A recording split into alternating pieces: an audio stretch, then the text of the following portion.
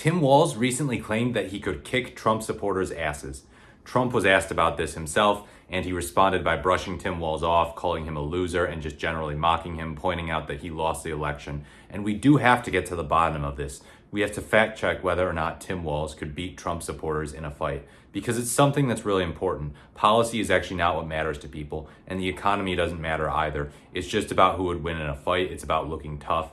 Obviously, Trump could beat Kamala Harris in a fight because he's way bigger than her. And he's got a lot of beef on him. So we need to find out whether or not Tim Walz could kick Trump supporters' asses in a fight. This is something very, very important.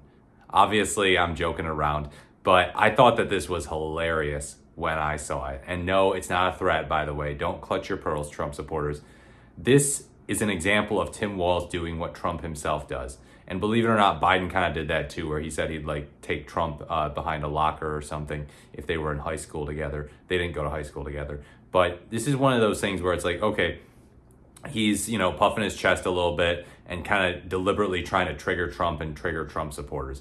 My guess is that he knew that the people on the right online would be ruthlessly mocking him for it, saying, oh, Tampon Tim, you're a sissy. You couldn't beat anyone in a fight. You're so weak. You're a loser. You're a feminine beta male. He knew that that was coming. He knew that an onslaught of temper tantrums and mockery from Trump supporters was coming, but he did it anyway. And that's exactly what President Trump does.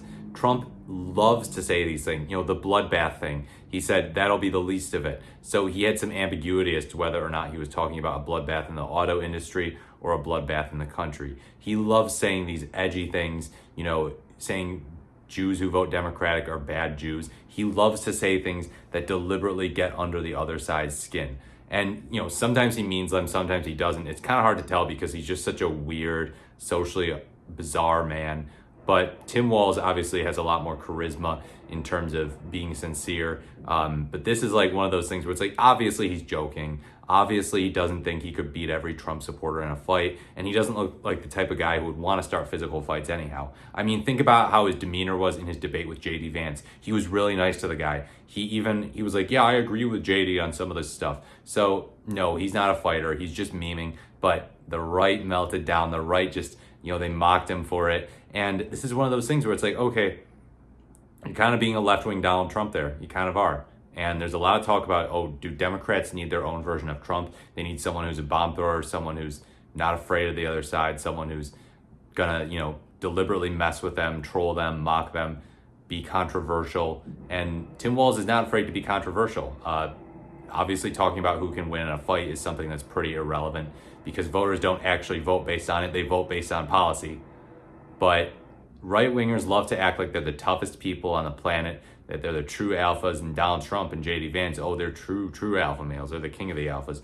So when someone like Tim Walz says, yeah, I could take them in a fight, they're going to ruthlessly mock him. It is bait to the 10th degree. It is fantastic. He reeled them in, and yeah, now they're just spazzing out over this old man saying he could beat them in a fight. But yeah, interesting move.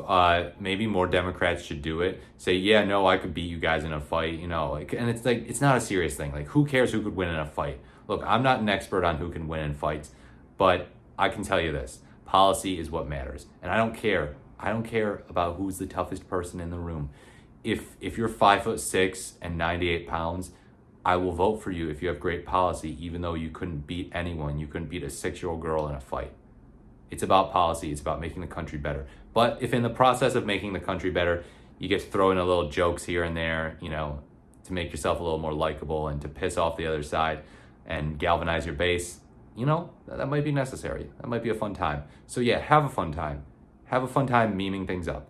Let me know what you think about Tim Walz saying this and who would win in a fight, Tim Walz or Trump supporters, in the comments below. Like, comment, or subscribe to the channel. This has been the More the Merrier. Thank you for watching, and I look forward to speaking to you in my next video.